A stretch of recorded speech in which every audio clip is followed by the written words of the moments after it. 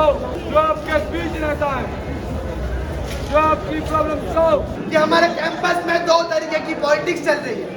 एक वो पॉलिटिक्स जो मनी और मसल पे टिका है, जो हमारे मुंह में पर्चा फेंक के हमारे कैंपस को गंदा करके चले जाते हैं। दूसरी तरफ आइसा वो संगठन है जो आपके पास आता है, आपको एक पर्चा देता है जिसमें इशूज लिखे होंगे।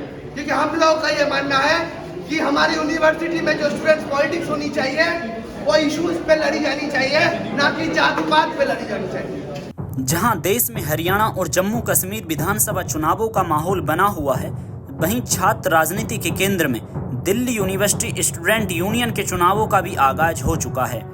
डूसू चुनाव सिर्फ छात्र राजनीति तक सीमित नहीं है, बल्कि यह युवाओं की भागीदारी और उनकी लीडरशिप स्किल्स को आकार देने वाला एक प्रमुख मंच है। दिल्ली यूनिवर्सिटी का यह चुनाव, जहां छात्रों को अपने मुद्दे उठाने और अपनी समस्याओं के समाधान की दिशा में कदम उठाने का मौका देता है, वहीं यह हमारे भविष्य के नेताओं के लिए पहला पड़ाव भी होता है। इस बार भी कैंपस में जोश, उत्साह और विचारधाराओं की टक्कर देखने को मिल रही है। कॉलेज यूनियन से लेकर डूसू तक हर उम्मीदवार अपनी छवि और वायदों के साथ मैदान में है। तो आइए जानते हैं इस बार के दिल्ली यूनिवर्सिटी के चुनावों में कौन से मुद्दे छात्रों की दिलों में जगह बना रहे हैं और कौन से उम्मीदवार अपनी पहचान बनाने की दौड़ में आगे हैं। कैसा माहौल लग रहा है इस बार? माहौल तो नेतागिरी चल रही है। यश नंदाल की सबसे ज़्यादा कैंपेनिंग चल रही है, यश नंदाल और आर्यन की। अब इलेक्शन डे भी पता चलेगा, आधे लोग तो वोट भी नहीं देने आते, देखते हैं। डूसू लेवल पे अगर डूसू लेवल पर हमेशा बीजेपी ही जीतती है रिसेंटली, एंड अभी भी बीजेपी मतलब स्ट्रॉन्ग ही लग रही है, बट ऐसे तो मुझे कुछ ज़्यादा आइडिया है नहीं कौन जीतेगा। आपकी कोई एक्सपेक्टेशंस है कि आप कुछ चाह रहे हैं? एक्सपेक्टेशंस तो यही है कि कोई ऐसा मिले जो मतलब रिसेंटली क्या हो रहा है कि अगर आप देखेंगे यहाँ पे जैसे सारे में गंदगी मचा रखी है, रैली चलती हैं 30-30 गाड़ियों की, लग्जरी गाड़ियों की रैलियाँ चलती हैं।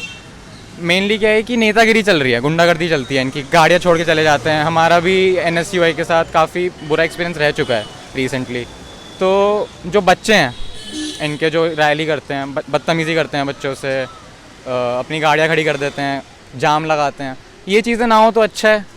बट एक्सपेक्टेशंस यही है कि थोड़ा डिप्लोमेटिकली। तो पार्टियां तो ये पैम्पलेट्स तो इस पे बैन है कि नहीं, आप ये सब नहीं कर सकते, हैंडमेड कर सकते हैं, लेकिन फिर भी कर रहा है। अब आप एक ही पार्टी को बोल रहे हैं, कर तो दोनों ही पार्टियां रही हैं ना। नहीं, मैं एक ही पार्टी को नहीं बोल रहा। आपने बोला कि आपका एक्सपीरियंस कुछ है, मैं बता रहा हूँ मेरा NSUI के साथ बैड एक्सपीरियंस रह चुका है। मैंने एक्सपीरियंस नहीं, मैंने आपसे पूछा एक्सपेक्टेशंस क्या है, अगर कौन आना चाहे, अगर जो जिसको भी आप लाना चाहते हैं उससे। अब किसी की भी एक्सपेक्टेशंस क्या ही होती हैं कि कोई सुनने वाला हो, कोई करने वाला हो कुछ, और ये जो कर रहे हो अभी हर कोई करता है। ये लीगल तो नहीं है, लेकिन लूप होल्स हैं इसके, जैसे नाम में स्पेलिंग गलत है, उनके लिए कोई और कर रहा है, वो अपने नाम से नहीं कर रहे, तो उसमें फिर लूप होल्स से चलते हैं, हर कोई कर रहा है ये चीज़। अब कुछ कर तो सकते नहीं हम। आप किस पद के लिए जो है इलेक्शन अभी लड़ रहे हैं डूसू? मेरा नाम आयुष मंडल है और इस साल मैं वाइस प्रेसिडेंट के पद पे डूसू में कॉन्टेस्ट कर रहा हूँ, आइसा और SFI के जॉइंट पैनल से। आप अपने बारे में कुछ बताएंगे, आपने कहाँ से ग्रेजुएशंस की है या क्या है? कि मेरा घर वेस्ट बंगाल में है और वेस्ट बंगाल और बांग्लादेश बॉर्डर का एक छोटा सा गांव टाकी से मैं आता हूँ। मैं एक मछुआरे दलित कम्युनिटी से आता हूँ। मेरे पापा हाई स्कूल टीचर हैं और मैं सरकारी स्कूल में पढ़ा हूँ। तो मैं 2019 में दिल्ली में आया, रामलाल आनंद कॉलेज में मैं पॉल साइंस ऑनर्स कोर्स में मैं दाखिला लिया। फिर उसके बाद ख़त्म होने के बाद मैं लॉ फैकल्टी में पढ़ने के लिए हम प्रस्तुति ले रहे थे एग्जामिनेशन का। तो अभी मैं लॉ फैकल्टी में इस साल मेरा दाखिला हुआ है, मैं अभी लॉ फैकल्टी का स्टूडेंट। तो इस बार आप किस पर्पज़ से इस इलेक्शन में खड़े हुए हैं, मतलब आपकी क्या स्ट्रेटजी है? देखिए, हमारा स्ट्रेटजी जो है कि यहाँ पे हम कैंपस में देखते हैं कि दो तरीके की राजनीति होती है। एक तो मनी मसल का राजनीति, जब आपको अब अगर कभी भी दूसरों के टाइम ड्यू में आ रहे हैं तो आप देख रहे होंगे कि बाहर बड़े बड़े गाड़ियाँ घूमते रहते हैं, यहाँ पे लोग पर्चे उड़ाते रहते हैं और गाड़ी में वल्गर गाना चलाते हैं। एकदम हाइपर मैस्कुलिन लोगों से हमारा कैंपस भर जाता है। लेकिन हमारा स्ट्रेटजी ये रहता है कि हम लोगों के पास जाते हैं, हम एक पैम्फलेट देते हैं, लोगों के हाथ में पकड़ाते हैं, नहीं कहीं पे गंदगी नहीं मचाते, कहीं पे पैम्फलेट उड़ाते नहीं हैं और हमारे पैम्फलेट्स में इश्यूज़ लिखे रहते हैं, जिन इश्यूज़ के लिए हम लोग ऑलरेडी लड़ते हुए आ रहे हैं और आगे भी लड़ेंगे। तो हम क्लास में जाते हैं, स्टूडेंट्स के से बात करते हैं, क्लास में एड्रेस करते हैं, या फिर पीजी जाते हैं, वहाँ पे बात करते हैं, हॉस्टल में भी सेम बात करते हैं, और बातचीत के माध्यम से ही, और सोशल मीडिया तो चलता ही है जैसे चलता है। लेकिन इस चीज़ पे जैसे आपने भी बोला कि मस्कुलाइन और इतना सब शो ऑफ है कि गाड़ियाँ और ये जो पैम्पलेट्स वगैरह हैं, पैसा दिखाना, तो कुल मिला के ये चीज़ तो हर साल ही होती है, ठीक है। और हम मतलब बच्चे भी ये चाहते हैं कि थोड़ा शांति से हो जाए, लेकिन नहीं हो पा रहा है। तो ये क्यों नहीं हो पा रहा है, इसके पीछे क्या कारण है? क्योंकि ये देखिए ABVP से संगठन यहाँ पे 10 साल से पिछले डूसू में बैठे हैं, और हाँ आप सही बोल रहे हैं कि हर साल सेम स्ट्रेटजी से ये लोग आते हैं और जीतते हैं। लेकिन हमारा ये मानना है कि हमारा कैंपस में जो एक प्रोग्रेसिव तबके का लोग हैं और जो सोचने समझने वाले लोग हैं, जिनको लगता है कि हमारे कैंपस में जो राजनीति हो रही है, इन लोग जो राजनीति करते से जाट गुज्जर की राजनीति लेके आते हैं, अपना मनी मसल दिखाते हैं, लेकिन हम एक आम छात्रों की राजनीति में विश्वास करने वाले संगठन से आते हैं। तो मनी मसल्स की अगर बात करें तो मनी मसल्स से आप यूनिवर्सिटी में 2 पार्टियाँ ही शायद ज़्यादा हाई लेवल पे वो कर रही हैं, अपना जो भी नॉमिनेशन वगैरह जो भी हो रहा है, इनका प्रचार हो रहा है। तो कुल मिला के यही है कि सारा मनी मसल्स का ही काम है। आप जैसे लोग जो शांति से कर रहे हैं, तो वो लोग बहुत कम नज़र आ रहे हैं, रेयर हैं, उन्हें ढूंढना पड़ रहा है। ढूंढना पड़ रहा है। अगर आप कॉलेज में जाइएगा, वहाँ पे छात्रों से पूछिएगा, तो उनसे आप ये बिल्कुल मैं 100% श्योरिटी के साथ कह सकता हूँ कि वो हम लोग को जान रहे हैं कि कोई ये व्यक्ति अलग है, ये एक पार्टी जो है अलग है। ये आते हैं अपना वादों के साथ, अपने स्टूडेंट्स का मुद्दे का पॉलिटिक्स ये लोग करते हैं। और ये जो मनी मसल है, ये इसीलिए इतना पावर दिखाने का कोशिश है, क्योंकि क्यों दिखाएंगे? यही हम तो कभी नहीं देखते कोई कॉमर्स स्टूडेंट 100 गाड़ियाँ लेके आते हैं। हम अगर चुनाव लड़ रहे हैं तो हम एक कॉलेज से दूसरे कॉलेज या तो पैदल जा रहे हैं, फिर रिक्शा से जा रहे हैं। ऐसे एक आम स्टूडेंट्स आते हैं, हम भी बाहर से आते हैं। हाँ सर, इसमें हमारा कम देखने को मिल रहा है मीडिया में, लेकिन हम लोग कम देखने को मिल रहा है। शायद होर्डिंग्स में हमारा नाम नहीं दिखेगा, लेकिन हमारा जो मुद्दे हैं, वो मुद्दा हर एक छात्रों के पास हम ले जा रहे हैं, और कहीं पे कोई मुद्दा नहीं ले जा रहे हैं। हर कोई अपना बड़े बड़े होर्डिंग्स में, गाड़ियों में अपना बड़े बड़े नाम और बैलेट नंबर दिखा रहे हैं।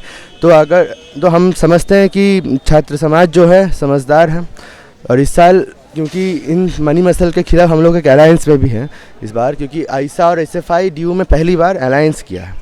हम तो चाहते थे कि NSY भी अलायंस में आए हमारे साथ, लेकिन सैडली नहीं हो पाया, क्योंकि एक अब जान रहे कि एक इंडिया का गठबंधन हुआ था पिछले साल जब लोकसभा चुनाव के टाइम, और इस मॉडल को हम लोग यहाँ पे भी अप्लाई करना चाहते थे, क्योंकि एक देश का राजधानी है, एक सेंट्रल यूनिवर्सिटी है, दिल्ली यूनिवर्सिटी है, लेकिन हो नहीं पाया, क्योंकि ABVP NSY same model of politics में अड़े हुए हैं। तो हम लोग जो लेफ्टी संगठन हैं, हम लोग साथ में आए हैं इस बार इसीलिए, क्योंकि एक और ज़ोर ताकत के साथ इन मनी मसल को, पॉलिटिक्स को, पूरे कल्चर को हराने का हम लोग मतलब ठान लिए हैं कि हराना है इस बार। तो अगर आप इस बार जीतते हैं, अगर इलेक्शन आप जीत जाते हैं, तो आप क्या देना चाहेंगे स्टूडेंट्स को? इसके बारे में कुछ बताइए। देखिए, हम लोग अगर जीत जाते हैं तो ऑलरेडी हम लोग जो लड़ाई लड़ रहे हैं, जैसे कि दिल्ली यूनिवर्सिटी में पहले चलता था ग्रांट बेस्ड मॉडल, मतलब UGC से फंडिंग आती थी, उसको ख़त्म कर दिया गया है जब से NEP आया है। तो FIUP का लागू हुआ है, और DU ने हेफा एक बॉडी है, वहाँ से 1000 करोड़ रुपए का लोन लिया है, लगभग 1000 करोड़ रुपए का लोन लिया है, जो लोन बेस्ड मॉडल पे चल रहा है। इसके कारण फ़ी हाइक हो रही है। हमारा जो कोर्स था उसको डाइल्यूट कर दिया गया है। जो एक मेजर पढ़ने के लिए आते थे लोग, उसके जगह वो लोग सेक वैक जैसे फर्जी कोर्स पढ़ रहे हैं। इंटरनल असेसमेंट में वेटेज बढ़ा दिया गया है, वहाँ पे मतलब लोग एक्स्ट्रा बर्डन झेल रहे हैं।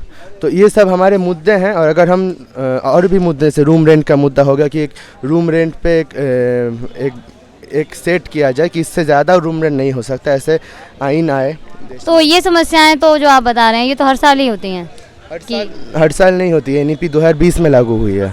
2020 में लागू नहीं, जैसे आपने बोला ना, रूम का रेंट और किराया या बस का पास या हॉस्टल जो भी है। बिल्कुल, हम लोग इसके लिए लड़ते हैं। अगर जीत के आते हैं तो हम कैसे इसको लड़ेंगे वो बता रहे हैं। जीत के आते हैं तो हम लोग एडमिनिस्ट्रेशन के साथ बैठ पाएंगे। जो यूनिवर्सिटी में जो डिसीजन लेने वाले जो बॉडी है, उसमें हम अपना आवाज़ बुलंद कर पाएंगे। और अगर जीत के आते हैं तो बिल्कुल इतना विश्वास के साथ आएंगे कि बहुत सारा स्टूडेंट्स हमारे साथ है।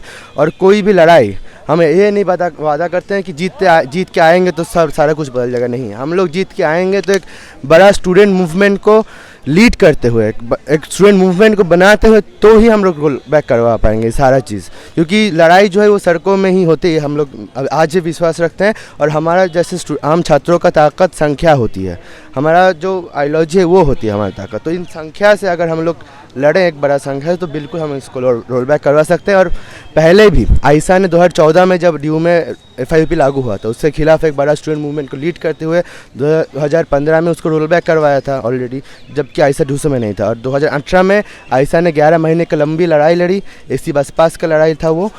यहाँ पे आर्ट्स फैकल्टी पे MHRD पे हम लोग पुलिस का लाठी खाए, तब जाके अभी 2018 के बाद से हम सब स्टूडेंट्स को AC बस पास मिलते हैं, जिससे हम AC बस में भी फ्री में घूम सकते हैं कहीं पे। तो बिना यूनियन में रहते हुए अगर हम लोग इतना कुछ कर दे रहे हैं तो अगर यूनियन में आते हैं तो बिल्कुल और ताकत के साथ ये सब जो भी हमारा एजेंडा है उस पर काम करेंगे, जीतेंगे भी, इतना तो यकीन है ही। इस बार आप जो इलेक्शन ये लड़ रहे हैं वो आप किस पोस्ट के लिए अध्यक्ष पद के लिए लड़ रहा हूँ। अपने बारे में कुछ बताएंगे? मेरा नाम उदय यादव, मैं 3rd ईयर का छात्र हूँ कैंपस लॉ सेंटर में।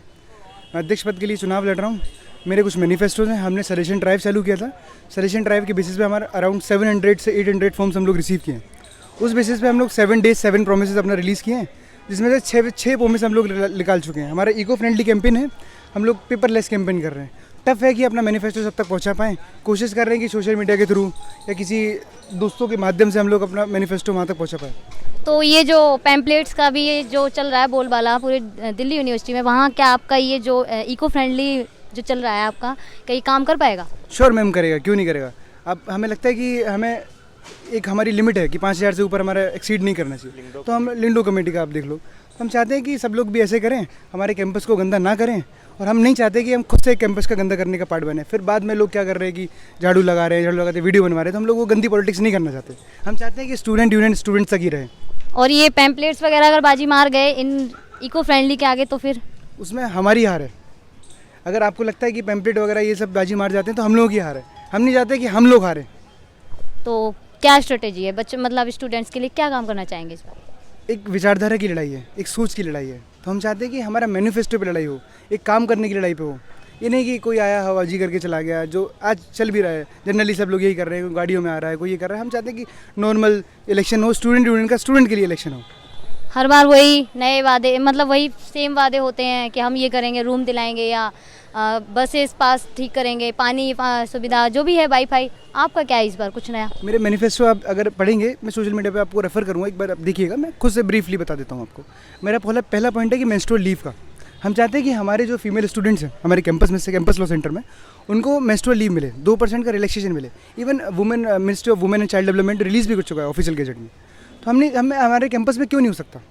गुवाहाटी यूनिवर्सिटी इंप्लीमेंट कर चुका है, काफ़ी NLUs इंप्लीमेंट कर चुके हैं। हम चाहते हैं कि हमारे कैंपस में इंप्लीमेंट हो। हमारा दूसरा पॉइंट है कि जो हमारे कैंपस लॉ सेंटर की मार्किंग स्कीम वो हम लोगों के लिए डेट्रीमेंटल है। अगर उसमें रिफॉर्म नहीं आए तो हम लोगों को नहीं पता चलेगा कि हम एलिजिबल नहीं होंगे। MP जुडिशरी में 70% एलिजिबिलिटी है, हमारे तीनों सेंटर से कोई एलिजिबल नहीं है वहाँ। हम चाहते हैं उसमें भी रिफॉर्म आए। हमारी लाइब्रेरी का एक्सेस रहे 24/7, वो भी एक्सेस नहीं है। लोग कभी स्टाफ शॉर्टेज की वजह से 5:30 बजे बंद कर देते हैं, कभी 7:45 पे बंद कर देते हैं। हम लोग सेंट्रल लाइब्रेरी जाते हैं, वहाँ पे इशू रहता है सीटिंग अरेंजमेंट का। तो ये चीज़ें हैं, ये मुद्दे हैं जिस पे हम लोग लड़ रहे हैं और लड़ेंगे। तो मतलब क्या कहना चाहेंगे, अगर आप जीत जाते हैं तो इन सब पे काम होगा? आई इंश्योर कि मेरे जो 7 days 7 प्रोमिसेस हैं वो फुलफिल होंगे। हम लोग एक डायलॉग इनिशिएट कर रहे हैं डीन मैम से।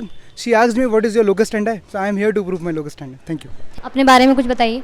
जी, मेरा नाम एजाज़ अहमद है। मैं लॉ सेंटर 1 3rd ईयर से हूँ और मैं प्रयागराज का रहने वाला हूँ और मैंने अपनी ग्रेजुएशन इलाहाबाद यूनिवर्सिटी से कंप्लीट की है। तो इस बार इलेक्शन में क्या लग रहा है कि इस बार कामयाबी मिलेगी आपको?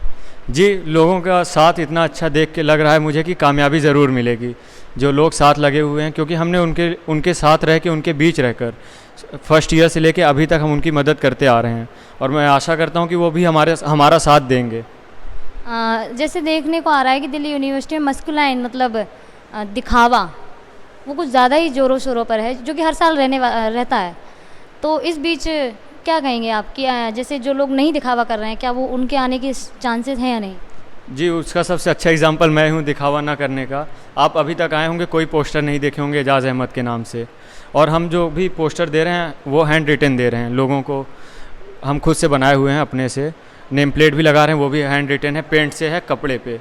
तो हम इको फ्रेंडली ही कर रहे हैं एक तरीके से। और लिंगडो कमेटी का जो रूल है उसके हिसाब से हम काम कर रहे हैं।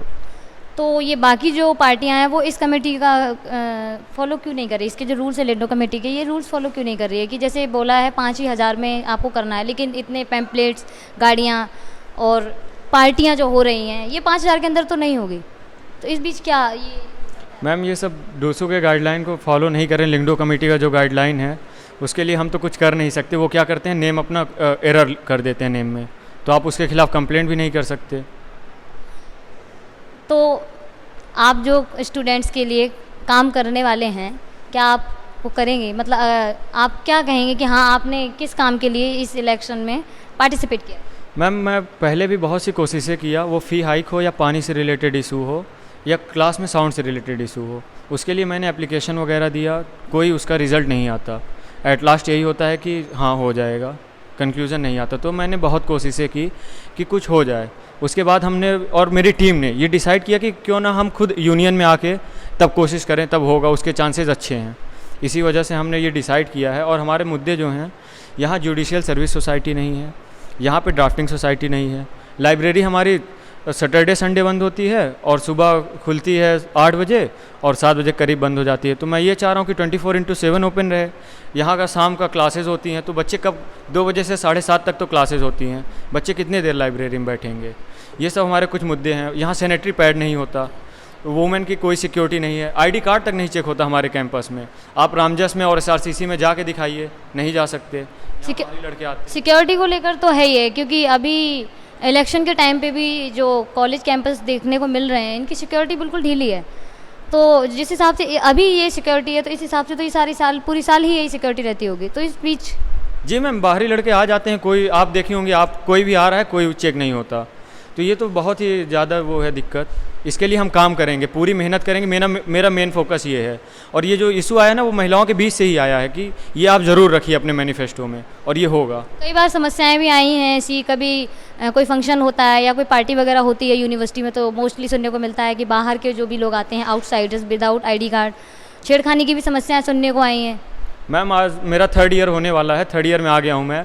आज तक कोई ऐसा फेस्ट नहीं देखा मैं जो अच्छे से हो गया हो, चाहे वो फ्रेशर हो या फेयरवेल, कोई नहीं होता। सब बाहरी लड़के आते हैं, पूरा स्टेज पे चढ़ जाते हैं। तो इस पर आप काम करेंगे? जी मैम ज़रूर। ID कार्ड अगर चेक होगा तो वो अंदर आ ही नहीं सकते, उपद्रव होगा नहीं, पुलिस वगैरह भी होती है, नहीं रोक पाती उन्हें। आप अपने बारे में कुछ बताइए। नमस्कार दोस्तों, मेरा नाम दीपेंद्र, लॉ सेंटर 2 से मैं प्रेसिडेंट की पोस्ट पर कंटेस्ट कर रहा हूँ। बैलेट नंबर 2 मुझे अलॉटेड हुआ है। आप अपनी शिक्षा के बारे में कुछ बताइए। जी मेरी शिक्षा मेरे ही होम टाउन से हुई है। रुड़की शहर से मैं बिलोंग करता हूं, जो कि उत्तराखंड में पड़ता है। वहीं पे मेरी पूरी शिक्षा ग्रेजुएशन तक हुई है।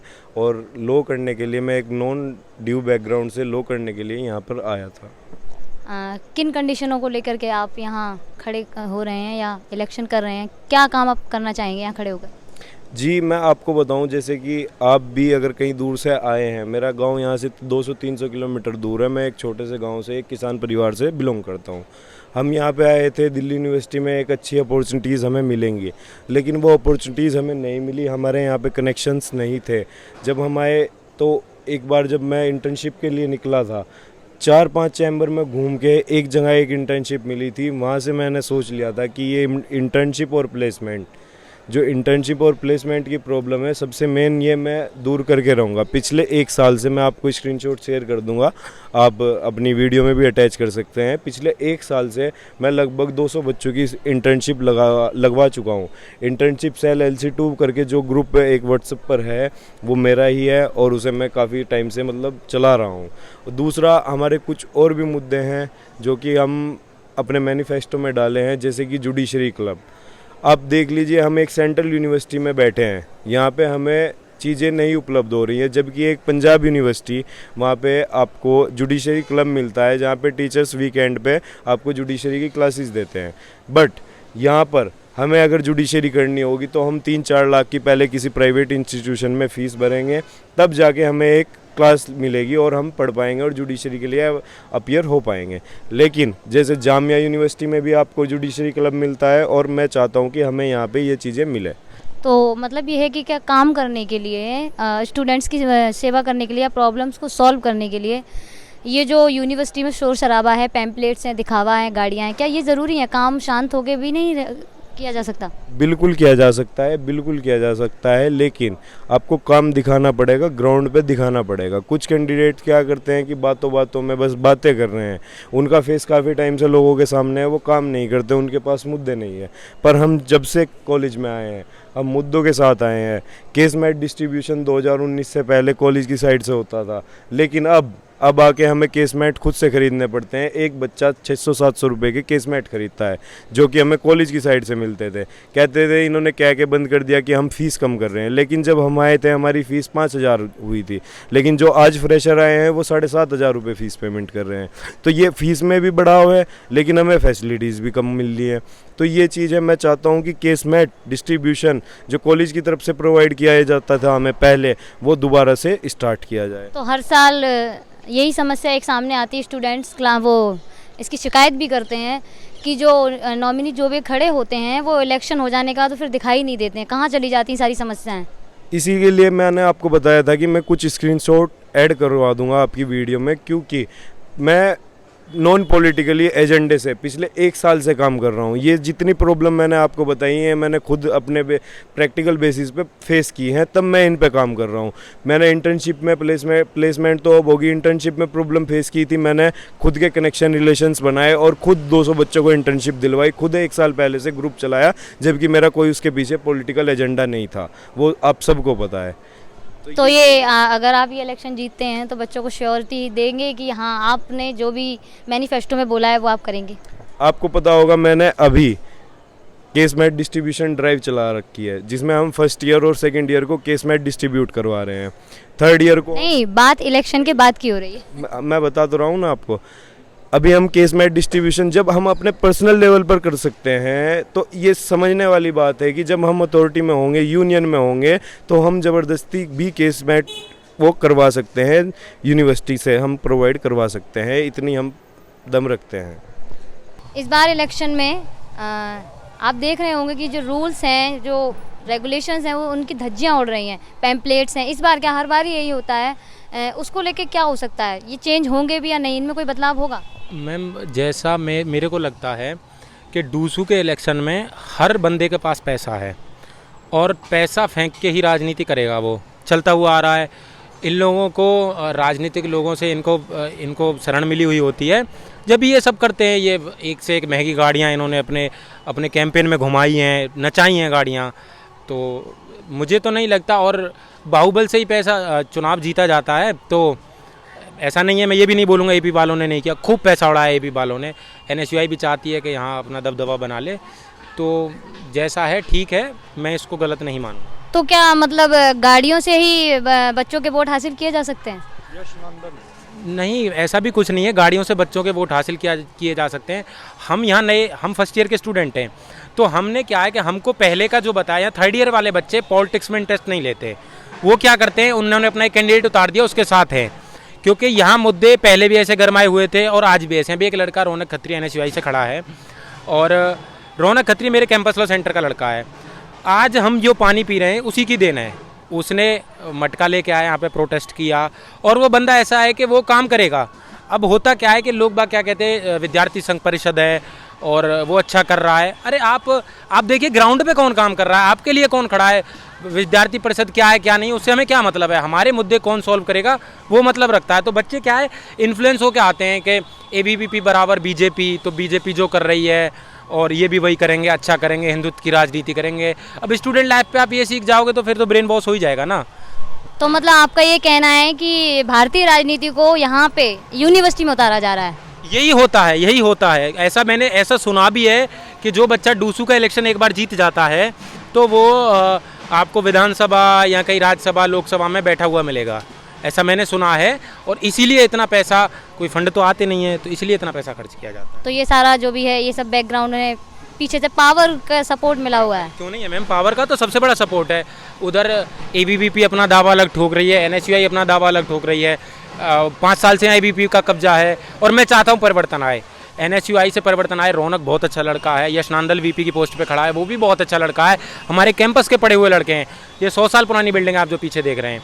तो अगर ये बदलेगी, ये लोग अगर जीतेंगे तो सबसे पहले अपने यहाँ काम कराएंगे। और हमको तो कैंडिडेट देखना है, पार्टी से मतलब ही क्या है, हमको क्या मतलब है पार्टी क्या कर रही है क्या नहीं कर रही। क्या बड़े लेवल पे कांग्रेस के अच्छे नेता नहीं है, बहुत अच्छे नेता रहे हैं, भाजपा के भी अच्छे नेता हैं। तो आपकी ये जो बात है कि हमें कैंडिडेट से मतलब है या काम से मतलब है, तो बच्चे जो हैं यहाँ काम देख करके वोट देते हैं या फिर ये जो हवाबाजी है? मैम देखिए, क्योंकि जो वोट परसेंटेज है वो अभी तक 50% से नीचे ही है, 50% भी नहीं पहुंचा है, तो क्या कहेंगे? मैम सीनियर स्टूडेंट्स अपना पैसा खर्च करके वोट डालने नहीं आते हैं। उनको पता है जो चीज़ें चलती हुई आ रही हैं। हम नए बच्चे हैं, हमको उम्मीद रहती है कि ये बंदा आया है काम कराएगा। जैसे हमको पता है रौनक ने काम कराया, ABP वालों ने, मैंने तो देखा है उन्होंने टीचर्स के साथ, प्रोफेसर्स के साथ मारपीट तक करने की कोशिश की है। तो हम तो नए बच्चे हैं, हमको तो यहाँ अभी जैसे हमारे कैंपस में भी चुनाव हैं प्रेसिडेंट के, वाइस प्रेसिडेंट के, तो यहाँ पे भी बहुत अच्छे अच्छे लड़के हैं, सबके अपने अपने अलग अलग दावे हैं। अब नया बच्चा आदमी के व्यवहार को ही देख सकता है, वो क्या कराएगा क्या नहीं कराएगा ये हमको नहीं पता, लेकिन उसके व्यवहार से हम परिचित हैं, हम उसके व्यवहार को ही तो देख सकते हैं। एज ए स्टूडेंट मैं ये मानता हूँ कि कैंपस में आप ऐसा स्टूडेंट अपने लीडर चुनें जो कुछ करे या ना करे बट गुंडई ना करे। एज ए स्टूडेंट वो आगे चल के गुंडई ना करे कि उसके हाथ पैर तोड़ दूंगा, उसको देख लूँगा, ये कर लूँगा, वो कर लूँगा। तो ऐसे कैंडिडेट हैं, ऐसे भी कैंडिडेट हैं जिनके पास बहुत पैसा है और उन्होंने अपने पैसे का पावर दिखाने का बिल्कुल भी कोशिश नहीं किया और तो इलेक्शन जीतेंगे। तो ये जो यहाँ पे पार्टियां वगैरह ऑर्गेनाइज कराई जाती हैं, क्या ये बच्चों को लालच देने के लिए कराई जाती हैं? क्या बच्चे जो हैं, ये वोट बैंक है जो ये सिर्फ पार्टियों के बेस पे चल रहा है? देखिए मैम, मेरे पास भी ऑफर था सुप्रीम कोर्ट जाने का, एक्चुअली मेरे कैंपस से ही था। मेरे कैंपस से मेरे पास हाई कोर्ट जाने का ऑफ़र था। ये लोग लेके जा रहे थे, वहाँ अच्छा खाना पीना खिलाते, जजेस से मिलवाते, कॉरिडोर में घुमाते, हमको दिखाते, लेकिन मैं नहीं गया। ठीक है ना, क्योंकि हम यहाँ पढ़ने आए, अच्छे से पढ़ेंगे, एक दिन बैठ जाएंगे वहाँ, ठीक है ना। एक दिन हो सकता है अपर जुडिशरी अथॉरिटी में बैठें, अब यहाँ आए हैं कोई लेके जा रहा है, इससे पहले क्यों नहीं लेके गए?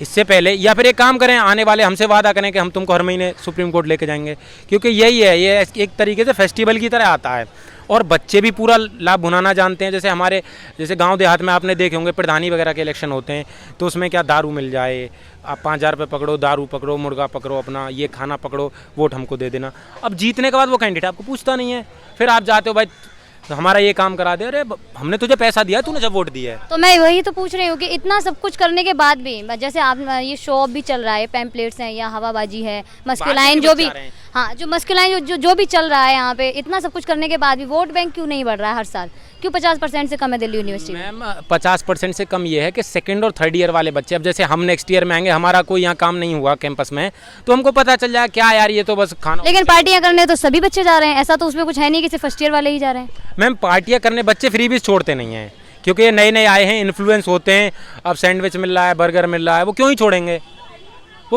आप ही बताइए। अब दूर से चल के आ रहे हैं और एक टाइम का खाने का इंतजाम हो जाए और 5 मिनट सुन के बैठ के वहाँ लेक्चर सुनना, ये हम आपका वो करा देंगे, आपकी इस चीज़ में हेल्प करा देंगे, ये करवा देंगे। और मुझे ये तक बताया कि सीनियरों ने कि जैसे ही 28 तारीख को वोट खोलेंगे, 29 तारीख के बाद ही आपको दिखेंगे नहीं, आपके किसी भी मुद्दे के लिए आपको दिखेंगे नहीं है ना। तो मैं जितना है कि आप बंदा कैसा भी चुनिए, एक इंटेलेक्चुअल बंदा होना चाहिए जो इलेक्शन में पार्टिसिपेट कर रहा है, तो उसका व्यवहार बहुत अच्छा होना चाहिए, ताकि से आप जाओ, आपका काम हो या ना हो, लेकिन आपको अच्छे तरीके से बात कर सके। और यहाँ क्या है, यहाँ बच्चे घर वालों से ये चीज़ें घर वाले सिखाते हैं, यहाँ बच्चे आके जातिगत राजनीति कर रहे हैं। यहाँ आके कि हमारा यादव कैंडिडेट खड़ा है, हमारा जाट कैंडिडेट खड़ा है, हमारा वर्मा खड़ा है, हम तो शर्मा को देंगे, ठीक है ना, हम तो पांडे को देंगे। तो ये एज ए स्टूडेंट आप एक आगे जा रहे हो, तो आगे आप अच्छे कॉलेजेस में पढ़ोगे, LLM करोगे, कोई हार्वर्ड चला जाएगा, कोई फॉरेन पढ़ने चला जाएगा, कोई इंडिया में अच्छे LLM इंस्टीट्यूट से पढ़ेगा। तो एज ए स्टूडेंट मेरा तो नहीं मानता कि आप यहाँ जातिगत राजनीति करेंगे तो आप ज़िंदगी में सक्सेस हो पाएंगे किसी भी पर्टिकुलर फील्ड में। तो बच्चे यहाँ इन्फ्लुएंस्ड आए हैं कि मेरा तो जाट खड़ा है, मैं उसको ही वोट दूंगा, मेरा यादव है, मैं उसको ही वोट दूंगा। और वोट बैंक की राजनीति आप जानती हैं, कास्टिज्म से ही स्टार्ट होती है, वहीं पे ख़त्म हो जाती है। इस इलेक्शन में आप इंडिपेंडेंट खड़े हो रहे हैं, तो आपको कैसी कैसी चुनौतियों का सामना करना पड़ रहा है? सबसे पहले तो मुझे प्रशासन से लड़ना पड़ रहा है। पहले मैं NSY से एफिलिएटेड था, उसके बाद जब मेरी टिकट कट गया तो मैंने अब छात्र हितों के लिए लड़ना था, मुझे संघर्ष करना था, तो ज़रूरी थोड़ी ना है किसी पार्टी का ही साथ लेके किया जाए। तो मैंने इंडिपेंडेंट कंटेस्ट करने का फैसला किया। उसके बाद पार्टियों ने और यूनिवर्सिटी प्रशासन ने मिलके मेरे साथ जाति की, उन्होंने मुझे अपना विड्रॉल फॉर्म वापस नहीं लेने दिया। उसके बाद मैं कोशिश करता रहा लेकिन उन लोगों ने मुझे उठा के, पुलिस वालों के हाथ उठवाकर बाहर फेंक दिया। अभी मैं कोर्ट में गया हूँ, हाई कोर्ट में मैं अपनी लड़ाई लड़ रहा हूँ हाई कोर्ट के थ्रू। कल तक कोर्ट का डिसीज़न आ जाएगा और फिर मैं पिछले 5 साल से जिस प्रकार स्टूडेंट्स के लिए लड़ाई लड़ता आ रहा हूँ, स्टूडेंट्स के लिए काम करता आ रहा हूँ, क्या पता कोर्ट के थ्रू मुझे फिर से मौका मिले आगे भी और काम करने का। तो जैसा कि पता चला है कि आप पहले एबीवीपी से थे, उसके बाद आप एनएसयूआई में गए, तो अभी एनएसयूआई से भी आप वो कर दिए गए हैं। तो आप इंडिपेंडेंट अगर लड़ रहे हैं तो जैसे और भी पार्टियां लड़ रही हैं यहाँ पे, तो मुश्किलें जो हैं वो कुछ ज़्यादा हैं या लग रहा है कि हो जाएगा? मुश्किलें तो हैं, पर मुझे विश्वास है स्टूडेंट बॉडी पे, छात्र एकता पर, छात्र शक्ति पर। मैं छात्रों के बीच रहा हूँ। लेकिन इलेक्शन हो या कुछ भी, हर जगह तो टैग काम करता है। मैं ऐसा नहीं मानता हूँ। मुझे रिप्रेजेंटेटिव बनना था, मुझे एबीपी ने मौका नहीं दिया, मुझे एनएसयूआई ने मौका नहीं दिया, तो मैं इंडिपेंडेंट आया। मुझे रिप्रेजेंटेशन करना था, मुझे छात्रों के लिए खड़ा रहना था। इंडिपेंडेंट होकर आप अपने वादों पे पूरे निखर कर आएंगे? बिल्कुल जी। काम करेंगे स्टूडेंट्स के लिए? काम किया है, स्टूडेंट्स के बीच रहा हूँ, इसीलिए आज स्टूडेंट्स मेरे साथ हैं।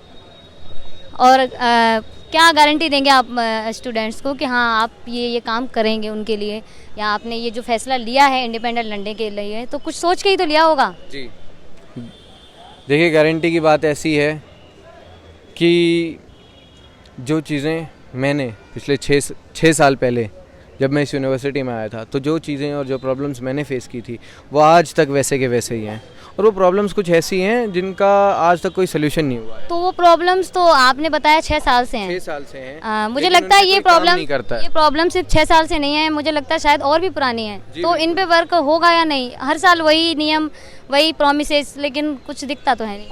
दिखता नहीं है क्योंकि कोई काम करना चाहता नहीं है। मैंने फेस की हैं, मैंने कोशिश की है, और जो बाकी डूसू आए हैं वो कहते रहे कि हम सोल्यूशन देंगे, लेकिन उनने कभी सोल्यूशन परमानेंट बेसिस पर देने की नहीं सोची, वरना आगे उनके पास कोई मुद्दा नहीं रहेगा। तो आपको वोट देने के लिए कोई एक कठोर मतलब सख्त सा रीज़न तो दीजिए, आपको वोट क्यों देना चाहिए? देखिए, सबसे बड़ी तो ये है कि इस दिल्ली यूनिवर्सिटी में कोई ऑडिट सिस्टम नहीं है, जिसकी वजह से प्रॉब्लम्स बार बार अराइज होती हैं। तो मैं सबसे पहले एक ऑडिट सिस्टम लाना चाहूँगा, जिससे कि पूरी यूनिवर्सिटी की हर चीज़ पे नज़र रखी जा सके। सबसे पहले मैं वो ट्राई करूँगा, उसके बाद हम कोशिश करेंगे कि रेंट कंट्रोल के रिगार्डिंग काम किया जा सके, जो कि एक बहुत बड़ा टास्क है, लेकिन हमारी पूरी कोशिश करेंगे कि रेंट कंट्रोल के रिगार्डिंग एक काम कर सकें। मेरा नाम आर्यदेव झा है, मैं कैंपस लॉ सेंटर का द्वितीय वर्ष का छात्र हूँ और अभी कंटेस्ट कर रहा हूँ CLC से वाइस प्रेसिडेंट के लिए। मैं ये पूछना चाहूँगी कि इस इलेक्शन में कंटेस्ट करने के लिए आपने क्या क्या सोच रखा है, मतलब स्टूडेंट्स के लिए आप क्या करना चाह रहे हैं? देखिए, स्टूडेंट्स के लिए एक हम चीज़ लाए हैं कि 45 दिन के अंदर हम वाईफाई उपलब्ध करवाएंगे। ये एक प्रतिष्ठित कॉलेज है, लेकिन उसके हिसाब से यहाँ पे सुविधाएं नहीं हैं।